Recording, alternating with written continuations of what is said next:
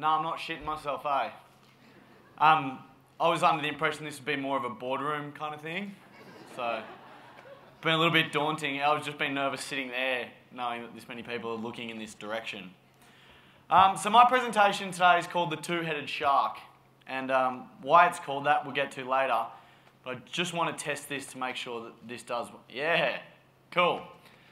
So when I got asked to speak today at the Battle of Big Thinking, it made me think, I wonder what the actual criteria is for speakers, because it seems odd for somebody to reach out and ask for me to speak in front of professionals in a field that I feel relatively inexperienced at. And I thought, you know, what is it that they'd be wanting from their speakers?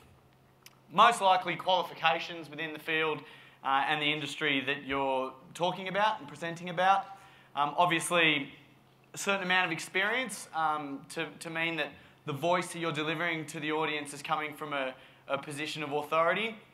Knowledge about what it is that you're talking about, and particularly in the topic of storytelling, which is the category that I'm speaking about now. Resources, some kind of company and background, something that's sort of helped drive the work you've done so far, and success in the particular field that you're talking about. So I just want to go through each of those very quickly. I haven't got any qualifications in filmmaking, storytelling, production, anything within this particular field. I actually don't have any qualifications at all.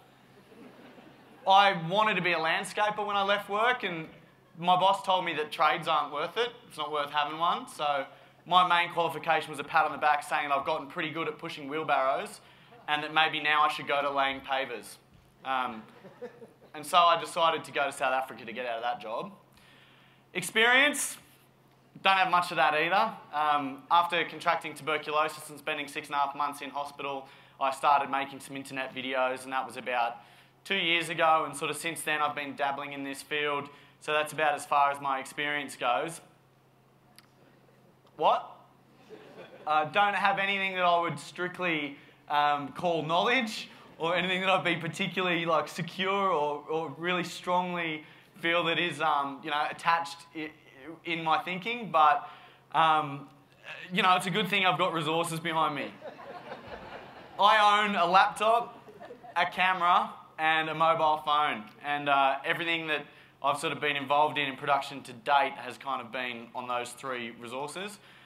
And as far as success goes, fuck yeah, I'm 29 and I live at home with my parents.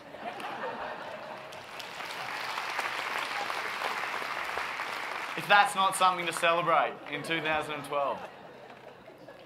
So what do? I'm an online content creator. Oh fuck, that's an online content creator. That's what I do, exactly what this guy does. To tell you a bit about that, I suppose I just want to outline, before we get into the storytelling part, I just want to outline what makes online content creators different to your traditional production organisations, be that TV networks, film studios, people that have got real serious, finance productions behind them.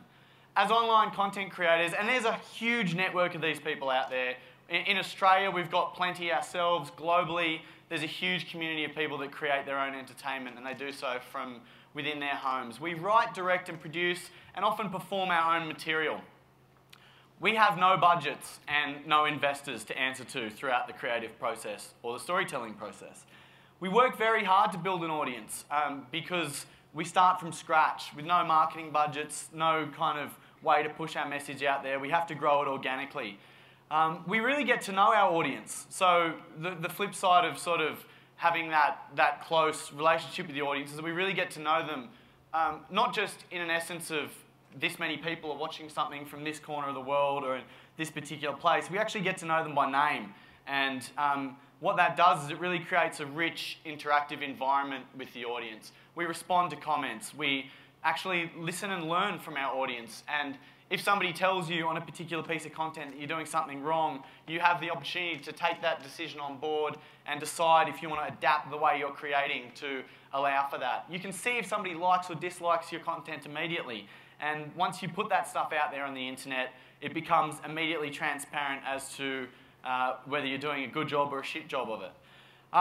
We can react and respond quickly. So because there's not these huge bodies of investors and so many people to answer to, we have the opportunity, if we have an idea or a story we want to tell, to go and shoot it that afternoon and to put it online the next day and to be able to respond quickly to market situations. Our content itself makes us successful or not. So it's not the people that we're working with, it's not the production company that has our support, it's not the way it's marketed, it's not the network it's on, it's just purely the content itself. If people don't like it, they won't pass it around, they will not watch it, and you will not be successful. And most importantly, we do it because we love to. The fact that I live at home with my parents at age 29 is a testament to the fact that I'm spending all my time and all my own finances pouring it into just creating because I love doing it, not because it's generating a financial return for me. And on the other hand, traditional productions have teams of writers and producers. And my mouth's dry already. Oh, there's my water. Cool. So have teams of writers, directors, producers, and performers working together. They're driven traditionally by larger production budgets, who answer to investors, and they do need immediate results. Marketing is of a lot of importance because they can buy and negotiate your initial audience through the contractual obligations that you enter into, and then you're working on growing that audience. Audience numbers, although this is starting to change, the audience often become numbers or a system of ratings, and you lose the personality behind the people that are involved in that particular content. And traditionally what that does is it just organically leads to a shallow level of interaction with that audience.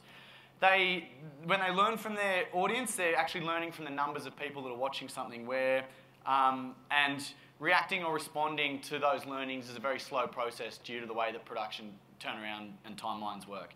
Often to put a TV show on air, it's probably been shot 12 months ago by the time it even lands there. And if people don't like it, it's very hard to take those learnings, implement them, and change your story for the next episode. It's not going to happen. And there's a large number of factors which make them successful or not. The audience, the marketing, the perception, the retention of that audience in the network that it might be distributed through, or the cinemas that it lands in, all those sorts of things. Now, what's happening in the industry right now is all these online creators and all these people like myself that are making their own content and putting on the internet are all hoping to get into the area of TV and film, because we all grew up loving TV and film, and that's where the financial opportunities are, and that's where the real career path is. And so in this particular picture, TV and film was represented by a dinosaur, which is actually a cartoon called Axe Cop, which is a big thing on the internet, which is quite cool. But at the same time, TV and film are trying to get into the internet, represented in this case by a cat with his face through a slice of bread. If you haven't heard of cat breading, it's quite great. Google it. A lot of funny images. So at the same time, all these people who have got successful TV and film properties and tell wonderful stories through more traditional narrative mediums are trying to find better ways to perform online. So this shift online is happening between audiences and networks. And how is it kind of different? Audiences are being driven online by social media, their friends, what their friends like, their communities, better, newer, more regular content. I'm not saying better quality content, but what I'm saying is that if you like a particular show that can pop up 2 or 3 times a week, you can follow a web series and you'll see it more regularly than you would if it was something that was on TV over a shorter season. There's really rich communities around all these properties. And the audience have the power of choice. So I can watch what I want, created by who I want, from whatever country I want, on whatever device I choose to do so, whether I be at work, at home, on my mobile, sitting on the train. And in the area of comedy, which is particularly kind of where I've been focusing my creative stuff so far, on the internet you kind of generally get a joke every 7 seconds. And there's a desire for more comedy in the way that people consume their media online. Because a lot of the time you just want a break from work, or you're about to start a work day, or you've just finished a work day, and something that can make you laugh quickly is going to be something entertaining. So what that's done to audience behaviour is it's given them the power back. They have shorter attention spans, less respect for traditional production value. So this is something I'll touch on later in the story. Not much later, because I've got 5 minutes left. But they actually have less respect for traditional production value, because so much content on the internet is just filmed on a video camera, pointing a camera at a cat playing a keyboard. it's very easy to deliver better production value than that without spending any money. And they're getting a higher expectation from traditional productions, because if people are seeing this kind of content that they love come from people sitting in their own backyards with a little kind of crew made up of their mates shooting films in backyards, they're expecting that the stuff they see on TV and film is going to be funnier, if not, like a much sort of higher level of comedy than what they're taking in online. And what's kind of disbalanced at the moment is that what's driving networks and traditional filmmakers and everything onto the internet is that they want more revenue, and that space offers them more opportunity for revenue. Obviously, socialising existing properties, extending reach and frequency, engaging a richer communication, taking brands further into homes, packaging up the way they can sell advertising, and probably highly likely if you work in the area of media or advertising, you'd have heard something along the lines of, oh yeah, we're taking our shows onto the internet because we can innovate and integrate with brands in a full 360-degree strategy, increasing consumer touchpoints, allowing for a richer, more social, multi-platform consumer entertainment experience. I'd suppose you've probably heard that at some point. What I'm talking about is evolution. Here comes the two-headed shark. So the networks and the TV companies are evolving, and what this is becoming is an opportunity for storytellers and for young creators and for people that have a new idea. It's affected the way that traditional entertainment companies invest in new entertainment properties. What's that got to do with storytelling? We have to evolution, or evolve is the correct term. I just wanted to copy and paste the slide. Into two-headed storytelling sharks as well. And it's opened up these new opportunities. So what I'm kind of spending a lot of time in doing, and what I'm seeing happen, and the people that I'm working with at the moment are doing, is getting into more multi-platform storytelling. So allowing the stories that you write and the ideas that you have to exist in multiple places across these new entertainment avenues. Narrative content, reactive content, and bespoke content is probably the easiest way that I can split it up into 3 different categories. So say, for example, you have a new idea, something that you think would make a wonderful TV show or a wonderful film, and you want to get that up off the ground, but you're not tapped into all the funding bodies, and you don't have people from Screen Australia in your pocket and Screen New South Wales, and you don't know big production companies, and you don't have that network out there. What the internet does is it provides you a place to grow your own audience and take a massive body of work to these people and allow yourself opportunities for traditional broadcast. So say your narrative content might start as a web series, and it's what you aim to put on TV and film. It's your broadcast media. Your reactive content is stuff that you make specifically for your audience, tailored for your audience. It's distributed through your social media platforms. It's a way to have a two-way dialogue, whether it be via your characters, via your story, whether it's excess scenes, whether it's stuff that didn't make the final cut from your narrative content. It's stuff that becomes interactive and is out there on a social plane for you. And then bespoke content. So if you, say for example, you create a web series that starts to build a following, you start to build an audience, all of a sudden you open yourself up to the opportunity to tap brands in for bespoke content and a way to finance your production so that can go back into the reactive and the narrative content. At the moment, Twitter, Facebook, YouTube, Tumblr, Google+, mobiles, they're all used still as marketing platforms for the existing narrative. And something that I think is going to become a bigger thing, and is probably like maybe at the core of my idea, is that these platforms are actually wonderful places for you to tell your story. These should not just be places that market the show itself, or that tell you what time a show can be viewed on what network, or when a film's coming out. You can actually have Facebook and Twitter pages for every single character within your story. They can actually have genuine story dialogue between themselves in the digital space that allows people to get more ingrained with your characters and more ingrained with the story at any time of the day from wherever they might be. Back to the mobile thing, Warren's right.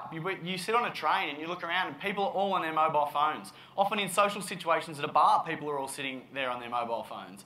And that's, it's not so much that it's because they're detached from what's happening on around them, it's because their social media and what they're watching on the internet has become a source of entertainment.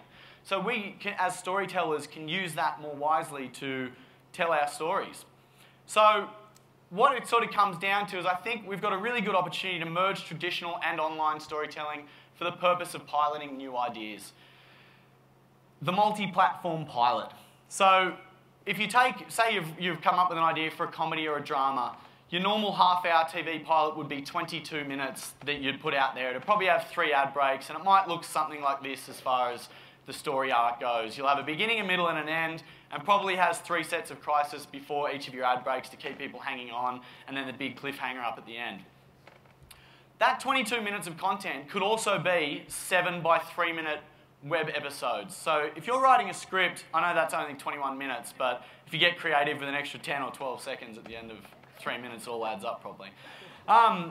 What you could actually do is you can write scripts that work as a 22-minute piece from start to finish, or that work as 3-minute little standalone pieces of content. And it might be that each of those is a crisis if you're writing a drama. It might be that each of those points is a gag, or each piece of that 7-part thing is a gag.